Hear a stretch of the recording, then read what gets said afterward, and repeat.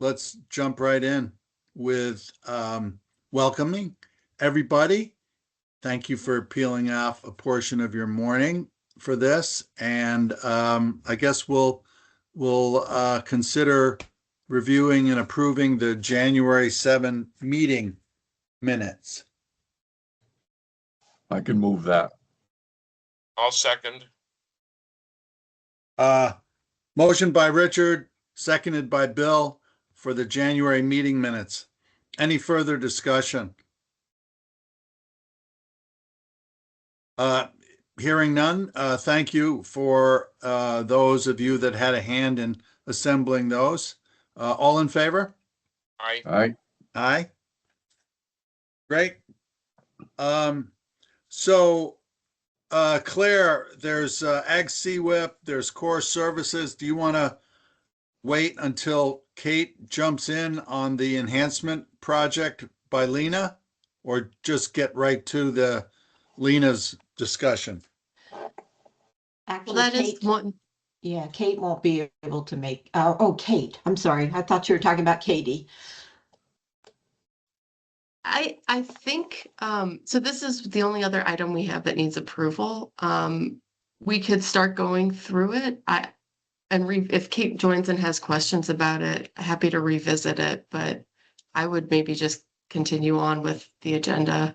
Okay. Yeah, all right. So with that, Lena, you have the floor. Okay. So I'm looking for approval for the Rutland NRCD Project Development Cold River Project in the amount of $43,047. So hopefully you've had a chance to review the emails Katie sent in response to Rick's questions. I just wanted to remind you that this is the project development portion of the enhancement grants, and it's focused on developing new projects as well as furthering development on existing identified projects. In the past, our project development has been awarded for scoping on smaller projects. So this is larger, but it fits the criteria for project development, and it will potentially identify a large number of projects that will be added to the watershed database. I'm hoping for your approval on it. Is this an above and beyond amount for the same project, or have we addressed this before? No, this okay. is a different project. Okay. Yeah, I think it was work done several years ago affecting the Cold River corridor. And since the time the plan was done, if I understand all this, we've had a couple of flood events, which have rearranged the landscape a little bit. And it's Katie, right? Yeah, Katie. Yeah, she had emailed to indicate that, the Rutland District did the original plan. Some of the projects in that plan were initiated, some were completed, but a good number just were never completed because of the change in the landscape. So it's a very complicated situation. I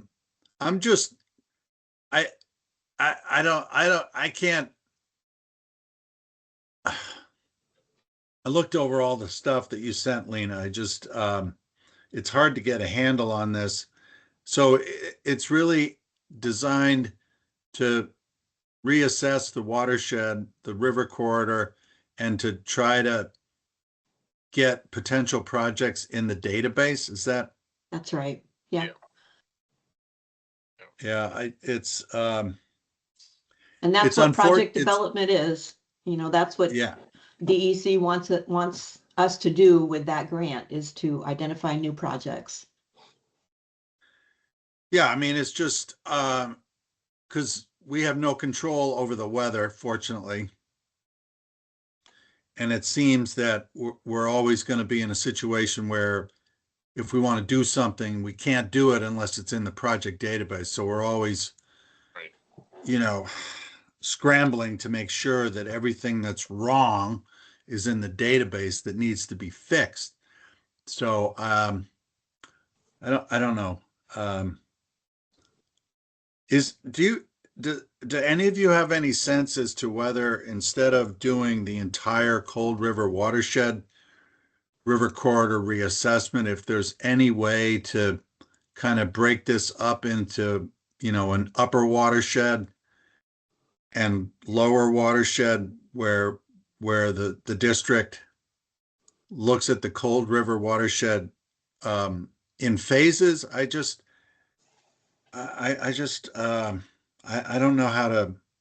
It is a large amount of money, and what happens if there's a storm 2 years down the road and everything's rearranged again? I don't know. Well, I think one of the pluses on doing this would be to, instead of breaking it up, you're contracting out all the work. So I would think that now's that if you're doing it a larger amount, your cost per project will be less. So that would be a plus for doing it as one unit, but I think it could be split up if you wanted to do it that way. Yeah, and I think just to add to that, if the committee decided to fund a portion of the project, it could be. In the past, we've kind of gone back and forth on this because sometimes when districts come to us with, individual projects, we ask them to see if they can expand their scope of work to, leverage those economies of scale that Lena was talking about and those efficiencies. So in this project, Katie really is trying to do that, make efficient, operate really efficiently. And I think some additional context for her request, Rutland is one of those districts that has historically had only one employee. Katie has been expanding the work of the district. She's hired a second employee, and her intention is to have projects lined up for new employees to work on in the future. So this is part of, I think, her strategy of growing staffing at the district, is making sure that there's sufficient project work for people in the future. So I don't know that comes through in her application. It's just context we're aware of because I work with Katie a lot in her efforts to try to expand Rutland's work. So just wanted to give you that context because I think there's no place on the form that explicitly asks about that. So Yeah. Yeah. No, that's helpful, Claire. Yeah, the one thing I got out of it, I don't think that their previous assessment was prior to the database. So basically nothing in that watershed is in the database now. That's correct. So they need to get the projects on the database so they can be funded as funding becomes available. Yeah, and again, it's just spending good money after initially we spent good money, and to sort of play this game where the only way that you can get projects done is if they're in some sort of database, because the situation on the ground is changing, if not every month, then certainly every year. And Lena, do you have any sense if we were to go ahead and fund this in its entirety, whether they could agree to sort of work in an upstream to downstream fashion and sort of develop this river corridor plan incrementally, or do they have to do the whole thing all at once and then write the plan for the entire watershed? Because that's going to take some time. I just my interest is in trying to get the findings done as quickly as possible, so we're not in this never-ending cycle of sort of being behind the eight ball. Sure. I can put that before Katie and see what she says about it for sure. I can't answer for her, but yeah. I did notice that some of the projects involve either large culverts or bridges, right? Yep. And wow, that's Yeah. serious work if you're talking about enlarging bridges or moving bridges. So yeah, I just don't want the plan to again sort of sit on the shelf and not get considered by that was my question when the original plan was done. Who was it written for? So I guess the audience of the original plan was for whoever wanted to learn more about what was going on with Cold River. Is Katie going to be at the meeting today? No, Katie's at the State House today. She wanted to come, but that was a conflict. We are unfortunately overlapping with our testimony in Senate Agriculture this morning, so Katie's doing that. Okay. But I think, Rick, to your point about developing a lot of projects and then, because that is a risk that we develop projects and then they don't go anywhere because conditions change. I would say that right now, there is a lot of money for implementation, both with our grants, but also with the formula grants. And the formula grants have actually really struggled to get money out the door. And they're really trying to find projects like culvert replacements and things like that that can be funded under that source. So not all of these projects that get identified have to come to us in the future. They can go to the formula grants. They could even loop in federal funding or hazard mitigation funding in a lot of cases.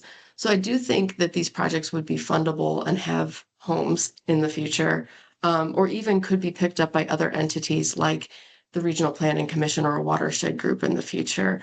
I think that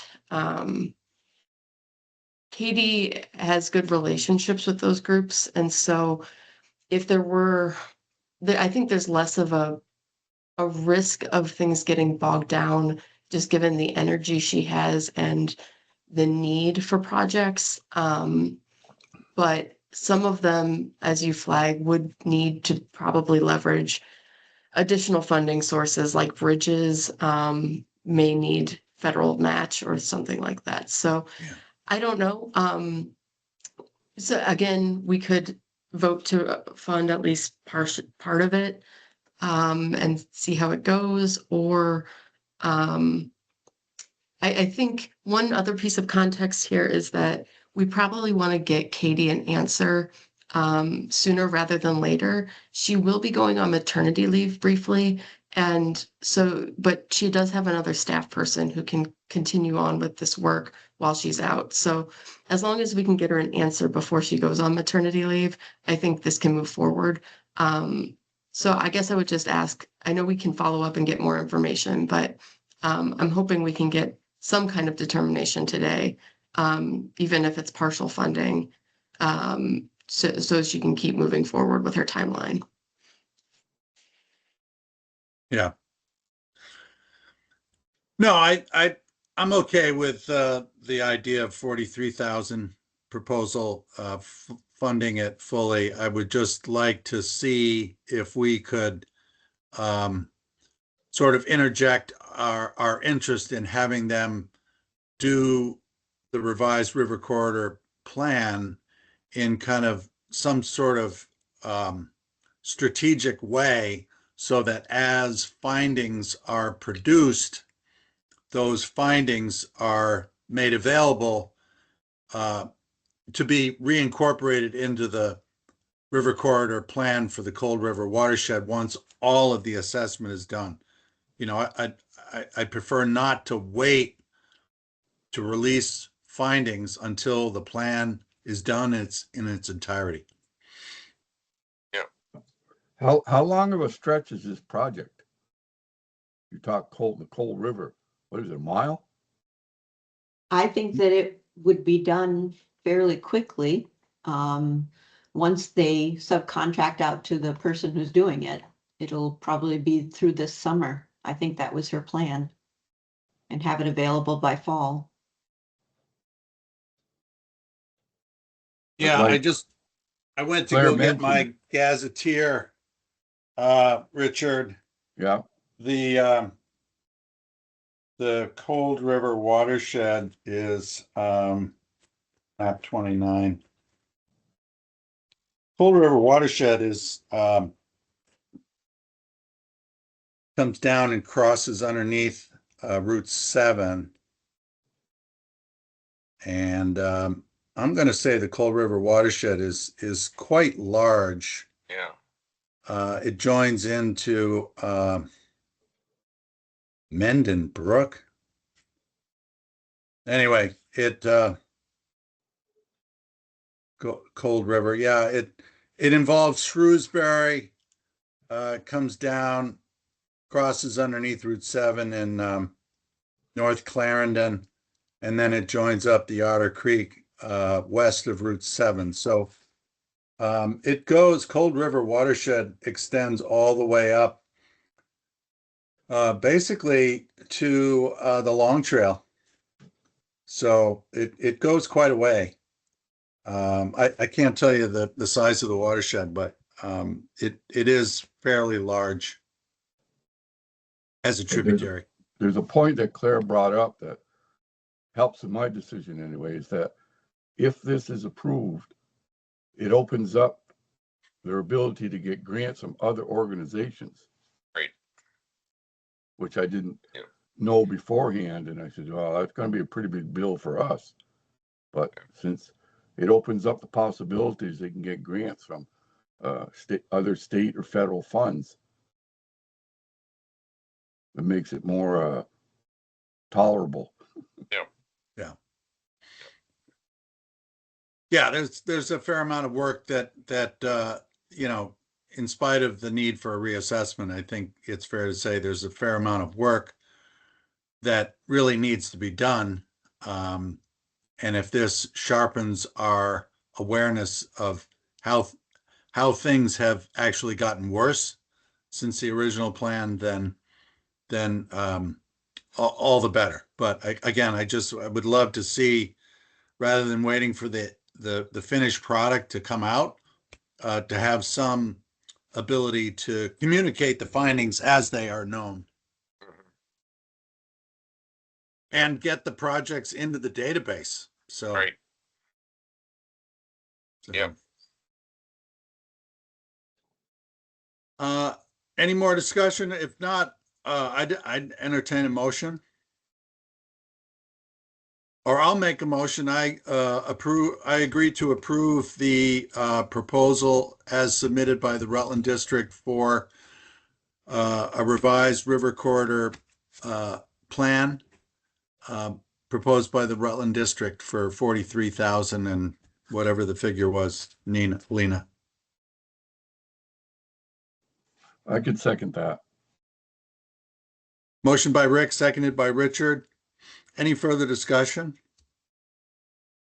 Yeah, again, just the whole notion about strategically doing it and releasing the findings rather than waiting. I will communicate that to Katie. Are you saying, Rick, there should be segments as soon as the section is confirmed of what the cost would be or whatever the project would be, let that information in on a database and then do another segment instead of waiting for the whole thing to be done? Yeah. Again, I'm not sure the proposal is going to be fine-tooth enough to generate costs, but rather where the site is located, what ails it, and what might be the solution to remediate or improve. And then the costs would be developed later, whether it's a 30%, 100% design, permits, all that stuff would come, subsequent. But the idea was to, say start upstream, work your way downstream. As information and findings are known, is to then sort of populate the database and pull everything together once the entire assessment or reassessment is done to produce a plan, rather than waiting until the plan is done and to release everything later.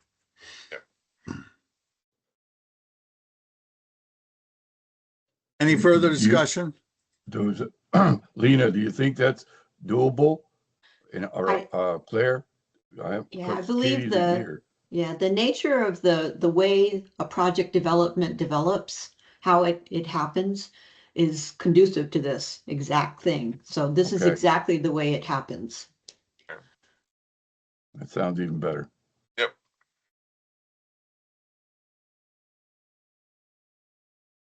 All right. Any further discussion? If not, all in favor? All right. Aye.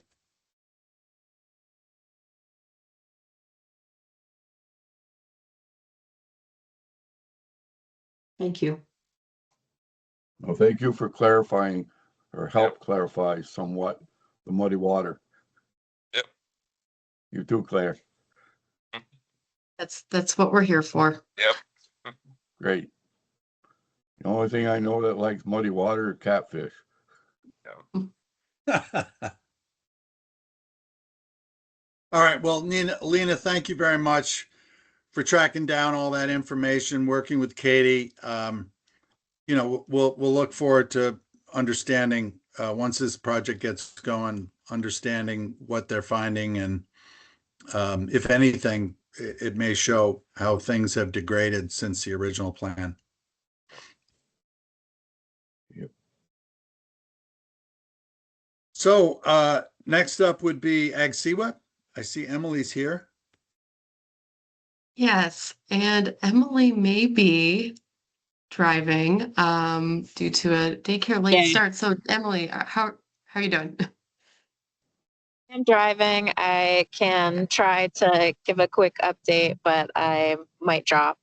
So Ag CWIP, we submitted our proposal for around $5.5 million for VACD Council and the 14 conservation districts. We anticipate that budget cuts will have to happen. We talked a little bit at our sort of special meeting for approving the council budget about that. Folks also applied for a lot of money for the NACD technical assistance grant, which is supporting NRCS work. And so we're anticipating that we should be getting both of those grants back around the same time, announcements of funding, and we can kind of assess them together in order to make sure that folks are fully funding positions as they need to in their districts. So making sure that, one district doesn't have tons and tons of funding from both and then not enough from either, a different district has not enough from either. So we'll sort of be looking at those hand in hand. We're planning on submitting or presenting proposed criteria for making anticipated cuts. We have, differing opinions on how we should go about that. Some people think that we should have, basically reduce everyone by a certain percentage. Other people think that we should be using factors such as acreage in the district. I think that there are benefits and disadvantages to both of them. When we look at demographic data to make that decision, we're relying on, 2022 census data, which is maybe not super up to date, not presenting a full picture of what's happening in the districts. But if we're taking an approach of everyone gets a 25% reduction or whatever it may be, just throwing out a random number there, then it sort of depends on, that's favoring the people who asked for more than they might need versus the people who just asked for what they need. So we'll probably come up with some sort of a hybrid to assess, but and then we're gonna take that to the executive committee for their approval. But if any of you have any input into considerations beyond what you've already told us, feel free. Otherwise, I think that is all we have for the update at this point. Yeah, thank you, Emily. I'm going to briefly share my screen. I realized after our last meeting, I had promised to send you the full proposal, and I have not done that yet, so I will email this out. But in the meantime, I'm just going to show you really quick what our submission ended up looking like. It very much is just what Emily was outlining. But just to give you a sense of what this money will do for us and for the districts in total, we did end up with about $5.5 million request. It was $5,478,000 and $5,478,778 request, very specific, and that would cover 23.145 full-time equivalents of staffing across 54 positions at VACD, NRCC, and the 14 conservation districts. So that is a very large chunk of staffing statewide. I think that does make our proposal pretty competitive, because when the Agency of Agriculture looks at that bottom line of, what are they getting for this money, 23 positions for 2 years focused on agriculture water quality, that's not insignificant for the state. So that's here. As Emily mentioned, we are noting that we also applied for NACDTA. This is federal funding we're putting down here that would be matched to this award. So hopefully that also demonstrates the competitiveness. And then Claire. Yeah, Richard, yes. What was you say it's 5.5 million this year? That's what we requested for 2 years. Yeah. That's for 2 years. It's for 2 years. Yeah. Okay. What was it before? I would need to pull that up. I would say, Emily, do you have that? Yeah, it was about 5 million over 4 years, but half of that was through an amendment. So proportionally, a lot of that came on the latter half, so the second 2 years of the agreement. So this is asking for, some districts a couple are staffing up more, hoping to. A lot of people, this is just to retain staff, but not rely as much on federal sources. And then there is some room for increased expenses and other special projects.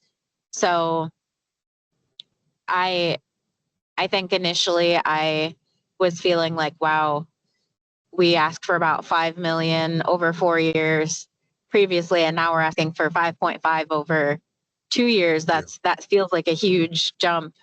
But when I actually looked at the payment amounts per district that they've been getting for the last 2 years, it didn't feel hugely out of line, particularly with the scope of work proposing. And the agency is expecting an ask sort of in this ballpark. I talked to Mary about it. This is about what they were expecting. We expect that they probably won't award us more than $4 million, but they were expecting that we would exceed that for our ask. So yeah, that's sort of where we're at. We didn't shock anyone with this. We have been slowly growing the districts, which is why the overall amount here is higher than we've seen in the past. But just to show you exactly, how that positions break down, because the biggest component of this is staffing. In total, our proposed amount would support a little bit more than 1.6 full-time equivalents at VACD, 0.75 at Council, 1 at Bennington, 0.8 at Caledonia, just under half at Essex, 3.6 at Franklin, 0.38 at Grand Isle, 0.8 at Lamoille, 2.1 at Orleans, 0.5 at Ottauquechee, 1.5 at Otter Creek, 3.35 at Rutland and Poultney Meadowy. They sort of go together, combine their services. 3.5 at White River, 1 at Wyndham, and 1.79 at Winooski. And so you do see some variation across the districts. Ottauquechee and Grand Isle are relatively small with 3.8, 0.5, Essex also 0.45. That's kind of coming out of a self-assessment of the districts and what they need. These are smaller districts and or less agriculturally heavy districts. Whereas, we see some of the bigger numbers at Franklin, 3.6 FTEs, Orleans 2.1, White River 3.5. These are obviously heavily agricultural and larger districts. So, I think people were generally trying to match both the capacity and the needs of their districts to what they asked for. But as Emily mentioned, we'll need to talk a little bit more about potential reduction strategy going forward. We don't need to sort that out today, but again, if you have any thoughts on that, we're taking advice on an ongoing basis. So that's all I wanted to share. I will email this out and you can dig into it more in detail. Thanks for that, Claire. The other thing I just wanted to highlight is that previously we've reviewed these proposals and then met with people more in depth during the sort of negotiation phase after the overall award has been made. We still anticipate having to do that, but we did have an individual meeting with each district prior to even turning in the application this time. So we really did spend a lot of time upfront talking about making sure that proposals were realistic and achievable. So hopefully that will save us a little bit of trouble as we go forward. And I think that some of the districts who had struggled with meeting some of their deliverables, they've either been reduced or there's been a really clear plan laid out on how to make sure that they would achieve what's in this proposal. So I appreciate all of the district's hard work up front with that. And I think that these are really well thought out proposals.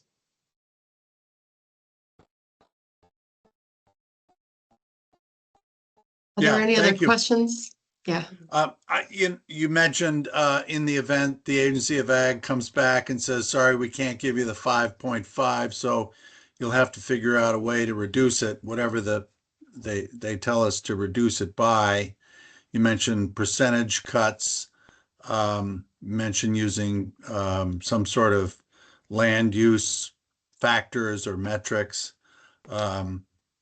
So again, because we are trying to be accountable, I would just throw out, to the extent that this gives us an opportunity to sort of evaluate past performance under Ag CWEP, I would encourage us to maybe consider that as another factor, where if past performance was less than what was expected, then we should feel comfortable bringing that into play as well. Yeah, I appreciate that. I certainly think that can be a factor in decision making. I also, we encouraged, sort of as I mentioned, some of the folks that had past performance issues to really consider that in their proposal and potentially pare down what their proposal was. So I think that that can be a factor, but I wouldn't necessarily say we should cut those folks more because I think they're already applying for less funds. Yeah. So, but I do think that can be a factor. I think, we have been documenting some of these performance metrics, but maybe Claire can speak to this a little bit more.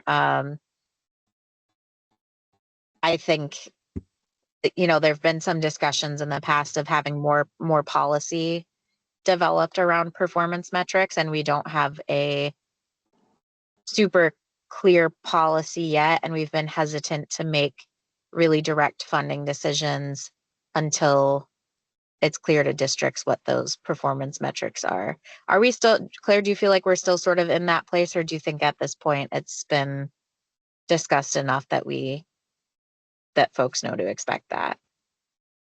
I mean, I think this last year with Ag CWIP we've trended more towards performance management in conjunction with the agency.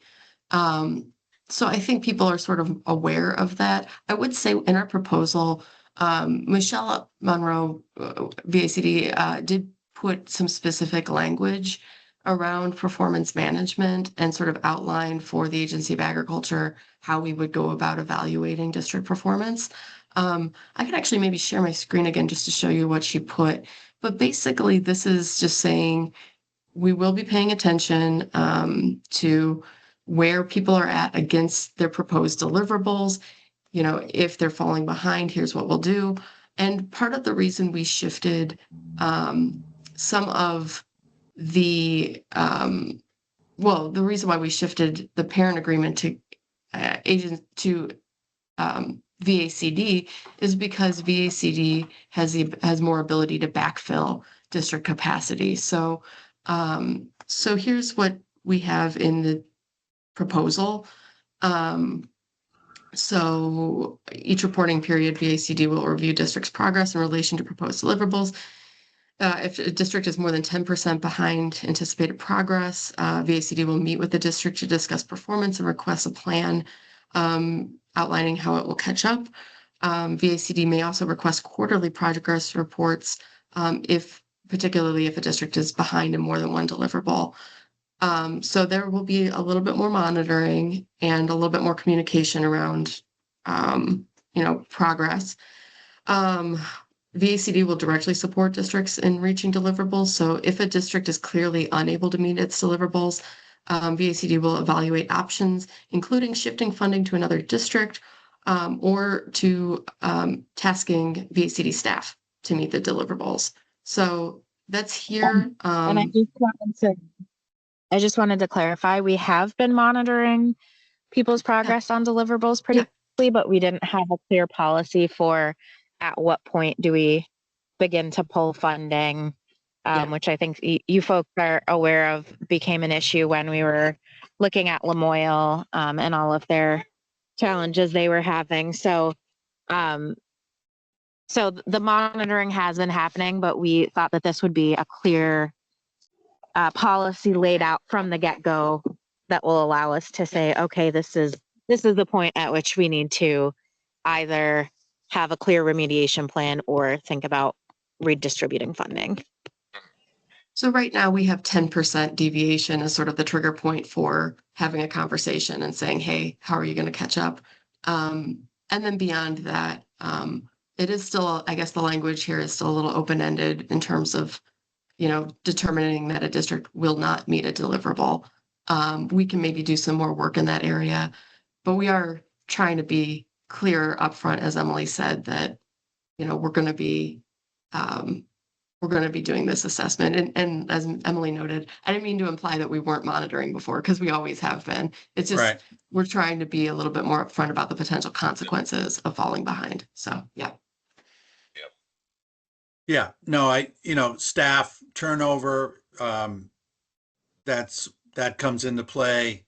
Other demands, people get sick, people go on maternity leave. There's a whole range of factors that can result in falling behind, if you will. But, acknowledging in the grant application that VACD and others are going to be monitoring the situation, including where districts just don't want to do it, which is where we ran into on the original egg CWIP. So there was a lot of time and energy spent on trying to fix that situation. And in the end, right at the deadline, the district came around and sort of reluctantly accepted that they agreed to the expectations and the deliverables. So anyway, because this is a good example of how we're looking for money for districts. It's very ag related, but to the extent that we're also in the legislature with our handout looking for other money to support districts on ag issues and other non-agricultural issues, I think it just behooves the conservation district community to really sort of deliver on what we're asking for under Ag CWIP. Yeah. And I'm agree. hoping that Emily. I'm hoping that this model will allow us, like, the idea is it triggers a conversation after there's a deviation.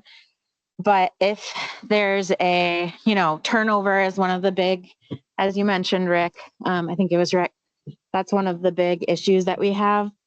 Hope, if someone says, well, we're deviating from the plan right now, but we have this in place to fill this position, and we plan to have this person hired by then, and they're going to be able to do this, this, and this, after their hire date, and that all looks like they'll be on track, then that's great. And, then it's just up to them to execute that. So, so I think hopefully this will allow us enough flexibility that, districts can run into issues and have a chance to resolve them, but we won't have people really, really behind, or if we do, then we can go from there.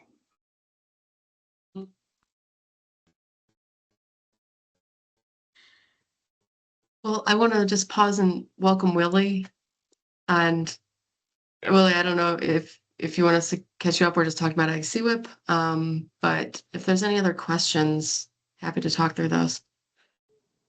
No, I think there's a lot here that I don't fully understand, but maybe if I read through that proposal and just spent more time with how the money moves through VACD and who's being paid, I can see that, we were reporting 23 FTEs, but clearly since not everybody's getting an FTE, there's going to be more people who are being supported by this money.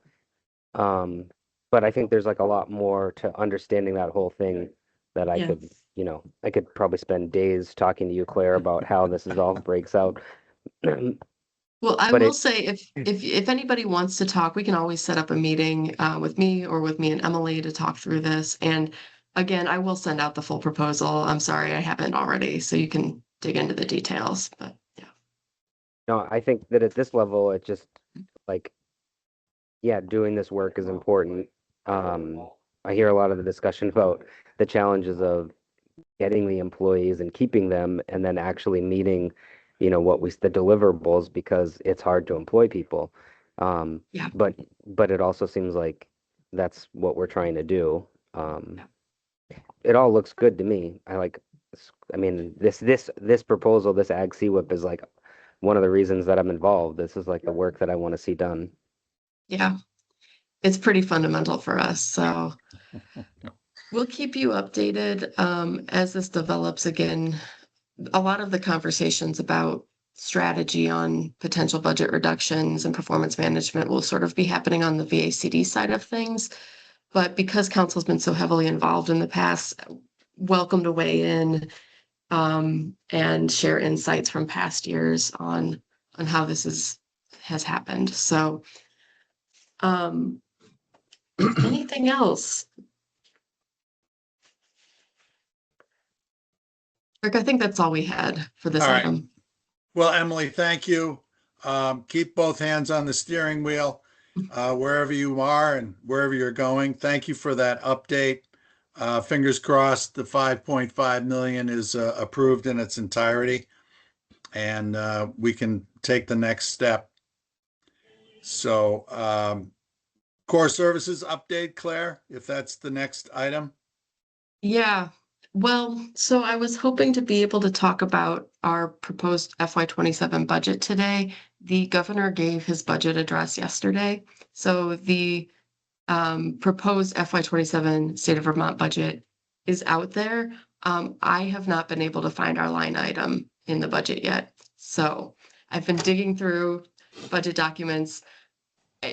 I'm not really sure where to find our budget line item right now, so I can't give you an update about where we're at.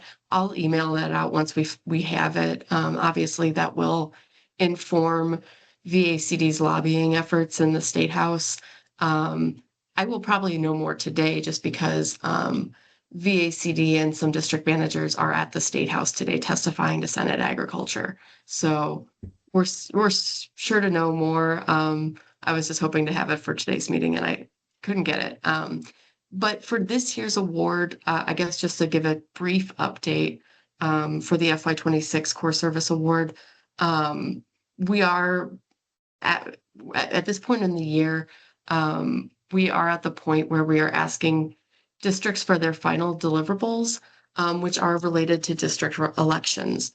There aren't any deliverables after this, so after districts submit their elections deliverables, that their agreements will be fully paid out.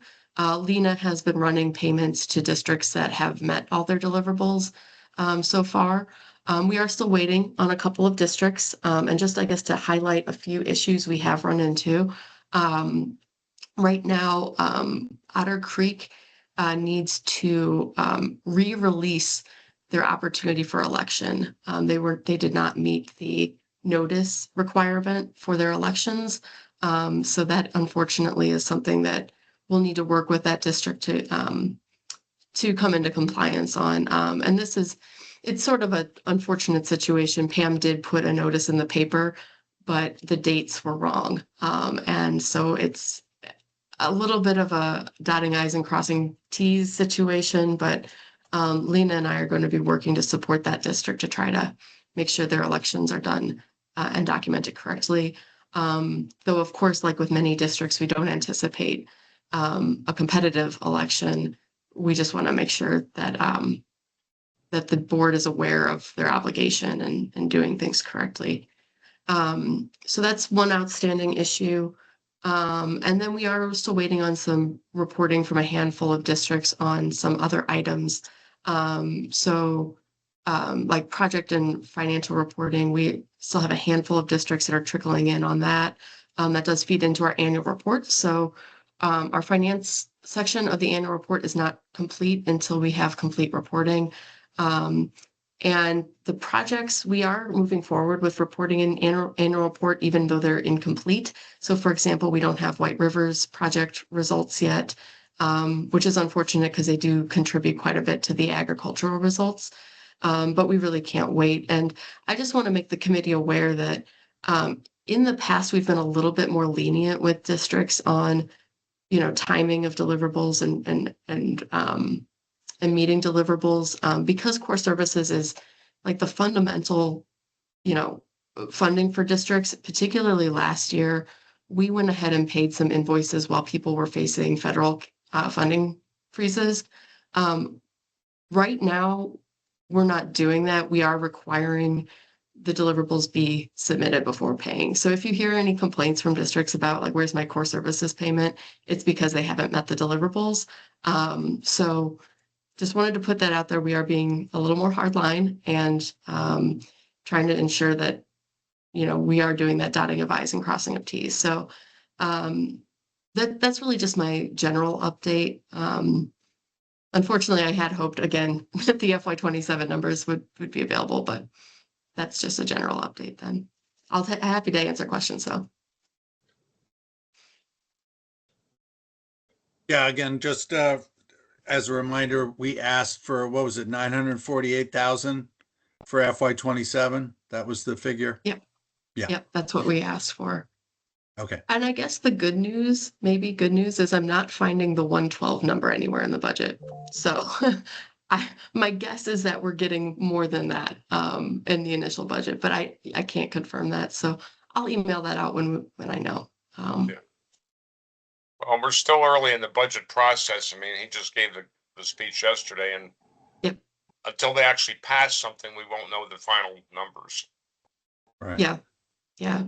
It mostly just relates to, again, VACD's strategy in the State House for doing that lobbying. It's far easier if we start with the number we asked for. So. Okay, that's all I have, Rick. Okay.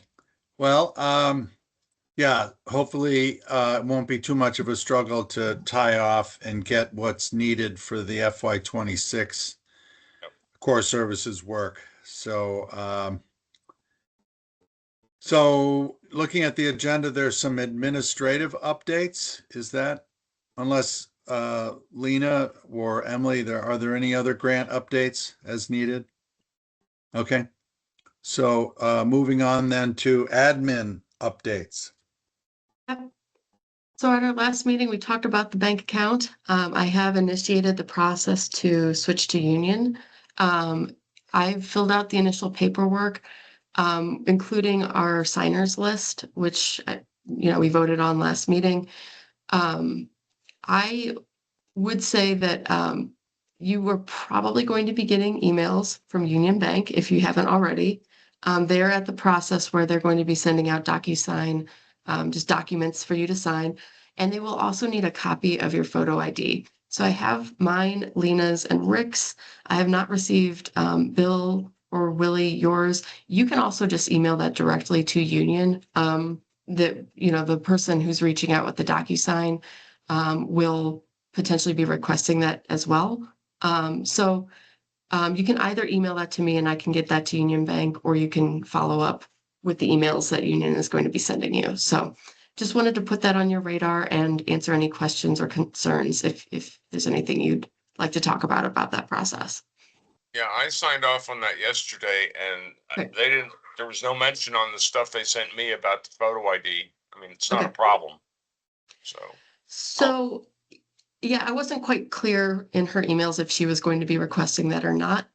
If you're able to send a picture of your driver's license to me, that's really all we need. Take care of that later. Okay. Yeah, I got an email from Union Bank. I just wanted to make sure, based on today, that I can go ahead and complete that. Yeah, I know, just like, I wanted to talk about it with you all just because I know sometimes getting strange emails is a little bit concerning, but you should be expecting something from Union Bank. So you can go ahead and sign. Have you told M&T you're leaving yet? Me? Yeah. I'm just wondering about, I've got the token here. I'm wondering what I'm going to have to do with that. Oh, I'm so sorry. I thought you meant leaving my position. No. No. So I haven't communicated with M&T Bank yet. And part of that is because I actually had a question for the committee. So one piece of advice I've gotten when switching bank accounts is that it's usually best practice to leave your old bank account open for a certain amount of time in case there are any unexpected deposits that need to come in or draws that are happening off the account. Now, we're not set to do any automatic draws, so that shouldn't happen, but we may end up having deposits made into our account. So until I get through the process of updating our bank account information with all of our funders, I'd like to keep the M&T Bank open.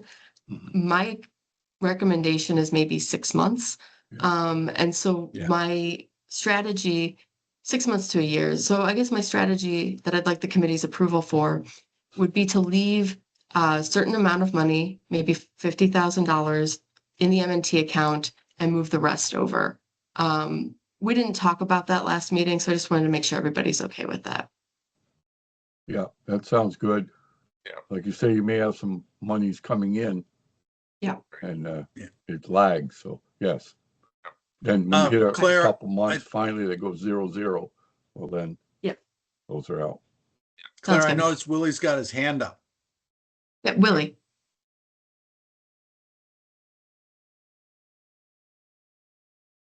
Can't hear you, Willie. I took my hand down. I thought I unmuted my mic. Oh, Question about that document. The phone number on it, is that your like VACD number or your cell phone number, or is that your state of Vermont number? I don't have a state of Vermont number right now, so I put my cell phone number down as the main point of contact. I'm not sure if that's coming through on your forms. I may need to clarify with them about what that number is. Is that on the form you got? My number's a 314 number. 314 number. Yeah, this is Okay. this was like the review of the agreement. Okay. Nothing for me to sign, just for me to look at. Okay. I will get back with Union Bank to clarify what that number is. But yeah, that's my only number right now. So until I get a state of Vermont number, that's what I've been using. Okay. I think it's okay to, if you got something to sign, I think it's still okay to sign it because I can always change that later on the back end. But I will let Union Bank know. Unfortunately, we don't have a main VAC or a council number yet. But I know Julia's been working on it. The reason we don't have one yet is because there's some billing involved and the state isn't sure how to bill us. So we need to get back to figuring that issue out. But thanks for flagging that. Oh yeah. And just to clarify, that did ask me to sign it, so that's okay. Okay. Yeah. Any other questions? Thank you, Claire, for all your work in making this happen. So, Of course. All right, well, I will go forward if everyone can sign, and Bill, Willie, if you can send me photos of your driver's licenses, we can move forward and I will contact M&T Bank once our new account is set up to make the transfer and to keep a minimum amount in the M&T Bank going. And I'll keep you updated on how that goes. excellent. Okay, So, Veemers, yes. This is a topic a little out of left field. We haven't talked about this before, but I wanted to update you. I had a request from a district to look into the Vermont Municipal Employee Retirement System. This is a system in Vermont that municipal employees are able to participate in. It's just a retirement plan.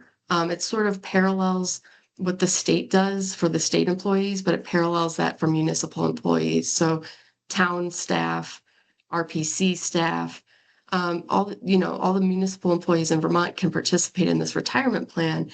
And the district who contacted me said, well, why can't districts?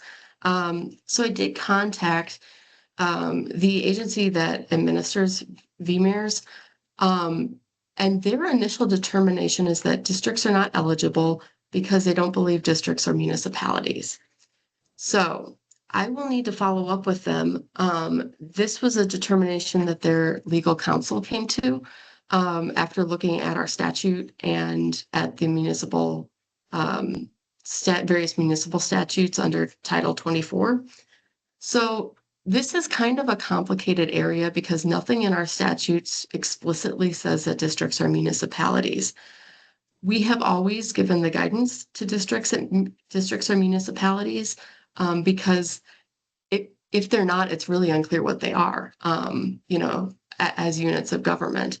It seems to be most directly analogous, particularly if things like RPCs are municipalities. So I will be following up with them to try to make that case, but I wanted to make you aware that this question of district sort of governmental status is floating out there and starting to have a real impact on what districts are able to access. In the past, districts have had issues with, say, like getting a loan or getting a bank account because, the financial institution would take a look at their paperwork and say, well, like, what are you? How should I treat you? And in most cases, they get municipal products. makes sense. But again, there's a statute language. So this is an area I'd like to pursue, really nailing down the question of whether or not districts are municipalities. I can work with the AG's office on this. I have had a brief conversation with the AG's office in the past about this question, and they also flagged that it's very complicated and unclear. But I'd like to try to nail this down, because if districts are not municipalities, this may be something we ask the legislature to make a change to statute to clarify. But there are some pros and cons, which I'd be happy to talk through more at a future meeting, potentially a board meeting, potentially an executive session, because this is a legal question. So I just wanted to flag that this is an ongoing issue, that districts are not being given access to VMIRS because of this, the status question, and that there's also a lingering question about access for them to the municipal equipment loan fund. So that's another area that clarification might help them access that resource. So happy to take questions, but I wanted to make you aware that this is a line of questions I'm getting and potentially being asked to research further.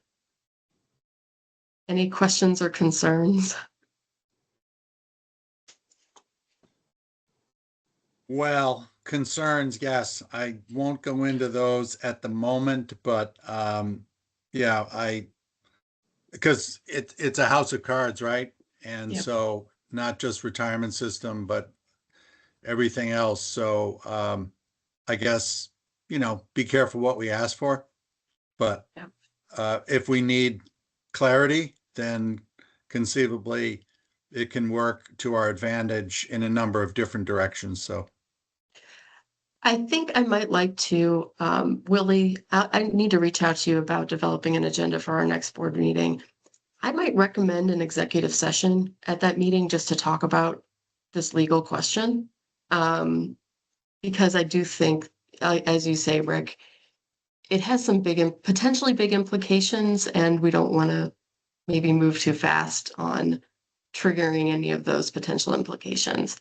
Because on the flip side, there are certain, rules or constrictions in law that can come into play when you're a municipality. So we need to maybe have a bigger, more robust conversation about this question than just the VMIRS piece of it, but it is sort of coming up. So any questions? yeah, everybody, I gotta leave, head off to another meeting, but don't feel like you need to adjourn with me jumping off. So good to see everybody. Thank you, Claire, Lena, for your work. Emily, thank you for your work. Anyway, have a good day. Stay warm. Yep, you too. Talk to you later. All right. Well, our committee chair has left the meeting, and that is actually all the business I had. So Good timing. Yep. good timing. I am happy to talk if there's any questions or other items you guys want to discuss. I'm happy to stick on. We're scheduled through 10, so I'd leave it open. Think further. I don't have anything further. We've covered all the bases and Yep. did well. And it clarified some things too. I did Great. have a question. Yeah. Did we talk about this Cold River project development, Lena, that you had shared the email? We did talk about that. Yeah. Okay. Sorry. We I talked missed it. about that. Did you have other questions or anything you wanted to weigh in about? I don't think so. No. That's what And I was we've- mentioning, the clarification.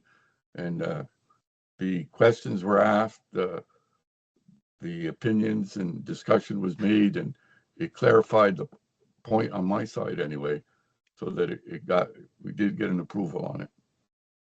I think the summary of that conversation is it's a big request for project development, but it's an area of high need with a district that's looking to grow their capacity and do more in this area. And there are a lot of funding sources available for any projects that get identified through this process. So in the end, we did vote to approve, but with the caveat that that Lena reach out to Katie and just encourage them to do the review systematically, sort of, top to bottom or, bottom to top within the watershed, to make sure that they're being strategic in how the dollars are used, and also so that any projects that do get identified can sort of immediately be transitioned to implementation rather than sort of languish. So is that a good summary, Lena? Great. Thank you. Well, if there's no other business, I would ask a committee member to move for adjournment. So moved. Second. All right. Favor? All right. Aye. Bye. Great. Have a good day.